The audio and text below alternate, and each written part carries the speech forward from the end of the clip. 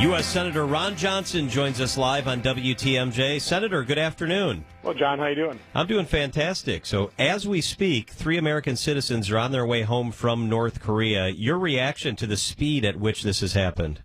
Well, it's great news, and people have to give President Trump credit for his maximum pressure campaign. He yielded real results here, has brought Kim Jong-un to the negotiating table, hopefully in good faith, but again, dedicated to making sure that they have complete, verifiable, irreversible dismantlement before we relax any of the pressure from that maximum pressure campaign. So you got to give President Trump credit for that. So there are reports this afternoon that this was one of the prerequisites that the White House had, this gesture of goodwill before the summit would take place. Are there others that we're not aware of that have been laid out to North Korea that must be met? Well, again, very publicly, they've been calling for the complete, verifiable, irreversible dismantlement of the nuclear program. So I would say that's a precondition.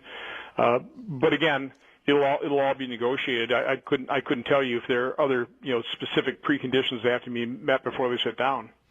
So here in Wisconsin, the president is getting a lot of credit. Is it playing that way in Washington? How could it not? I mean, some things are just obvious. And even the president's detractors have to admit this is a really good day. I mean, there are 3 American hostages that have been released. That's a good thing. Do you have any information on when and where the summit would take place, Senator? No, I don't. If you did, would you tell us? No, just kidding. No, I wouldn't. It's 4:23. U.S. Senator Ron Johnson is with us on WTMJ. What is the best case scenario for a summit between the president and Kim Jong-un? Well, the Kim Jong-un actually recognizes that it is in his best interest to give up his nuclear and ballistic missile programs, and it'll benefit his regime and his people. Now, trust me, I'm not deluded. It's an awful regime, but the fact that they have that leverage now, the nuclear weapons, we just have to recognize that reality and, again, demand the dismantlement of it, but then using our, in partnership and cooperation with China, you obviously have to provide assistance, help their economy improve, and that would certainly benefit the North Korean people. That it's not their fault, and that would actually be a good thing for regional and world peace and stability. There's so much at stake with this historic summit. What if it doesn't work out? Let's talk positively, but this is one of the reasons that you set the preconditions that what we expect before we relax any pressure is the complete, verifiable, irreversible dismantlement, and also recognize, and this is the advice and counsel I've been giving to the president, both privately and publicly, recognize that the top priority of our relationship with China is that cooperation on this issue, and to me it far exceeds reducing the trade deficit with China. That's a serious issue, but this is what we need China's cooperation on right now, and it just is so important. We can't afford any kind of miscalculations.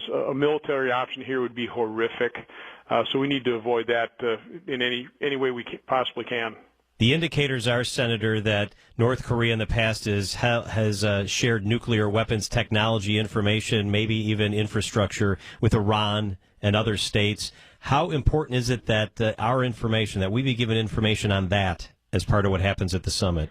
Well, I think it's pretty well documented that North Korea has been a proliferator, and they have transferred that type of technology primarily because they need the foreign currency.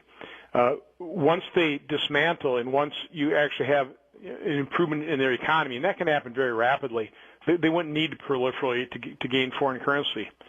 So again, I think that would, solving this problem would solve the other.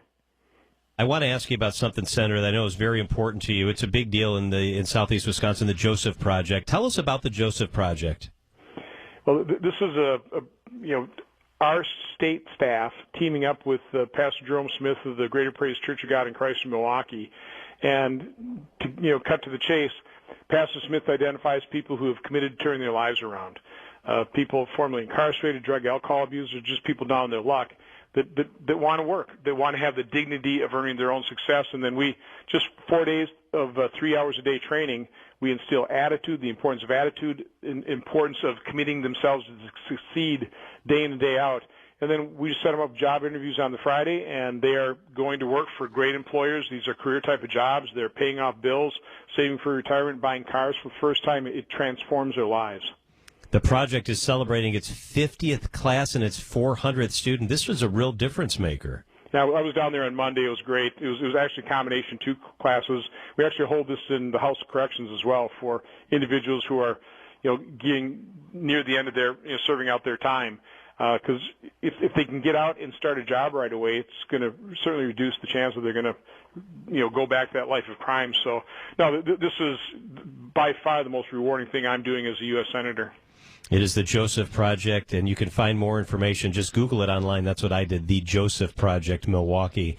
U.S. Senator Ron Johnson, thank you so much for being with us, Senator. Have a great day.